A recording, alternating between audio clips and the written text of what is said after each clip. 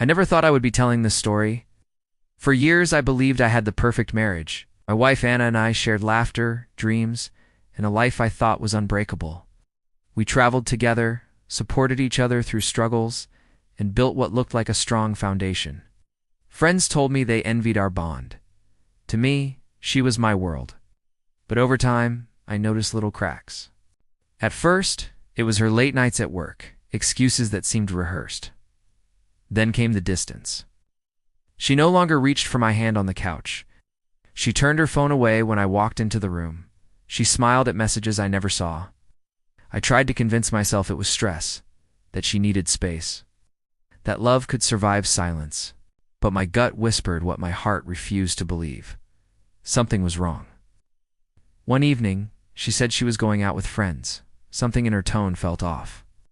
I followed from a distance, my heart pounding with every step. And there she was, sitting at a small cafe, leaning across the table toward a man I had never seen before. She laughed in a way I hadn't heard in months. Their hands touched. In that moment, my world shattered. I stayed frozen, watching from outside, every second cutting deeper than the last. The woman I trusted most, the woman I had built my life around, was giving her affection to someone else. The betrayal felt like a knife twisting in my chest. That night, I confronted her. My voice shook. "And how long has this been happening?" She looked down, silent, then finally whispered, "It just happened. I didn't mean to hurt you." My eyes burned with tears. "Didn't mean to hurt me? I gave you my love, my trust, my everything.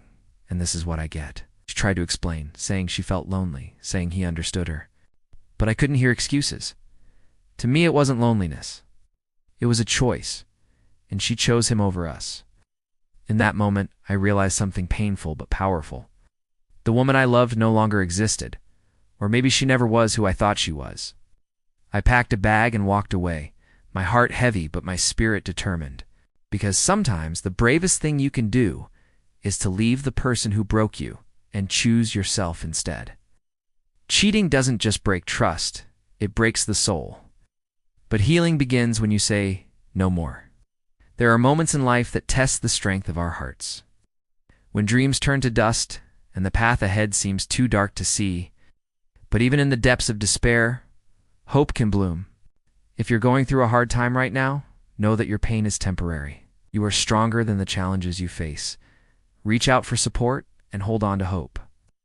Your brighter days are coming. Remember, you matter. Your feelings are valid. If you're hurting, please reach out. There are people who care about you and want to help. When I learned of Anna's betrayal, my whole world crumbled. Years of shared memories, hopes, and dreams seemed to vanish in an instant.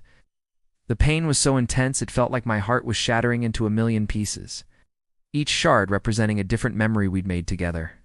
The shock and disbelief were overwhelming. I kept replaying the scene in my mind, trying to make sense of what I had seen. But no matter how I analyzed it, the sight of Anna laughing and sharing intimate moments with another man was seared into my brain. It was a wound that wouldn't seem to stop bleeding. In those first few days, I felt lost and utterly heartbroken. Sleep offered no escape from the torment of my thoughts. And even the sunniest of days felt unbearably gray. The future we had planned together, the life we had built, all of it was tainted by the revelation of her infidelity. My emotions were a tumultuous sea, crashing and pulling me under. I grappled with feelings of betrayal, anger, sadness, and self-blame. Why hadn't I noticed the signs? What had I missed? These questions echoed in the chambers of my heart, amplifying my pain. The irony of our once solid relationship was not lost on me. We had celebrated our love and commitment to each other in front of friends and family. Our vows had been a testament to a love that I truly believed was eternal. Now those vows seemed like nothing more than empty words, a cruel mockery of what had been. But amidst the wreckage of my broken heart, there was a tiny ember of hope. A small voice inside me whispered that I would get through this. It was a whisper that grew louder with each passing day, urging me to pick up the pieces and move forward. As the initial shock wore off, a new determination began to form within me. I was done being a victim of circumstance. I had to take control of my life and steer it in a new direction. The road ahead may have seemed unclear, but I was determined to keep moving forward.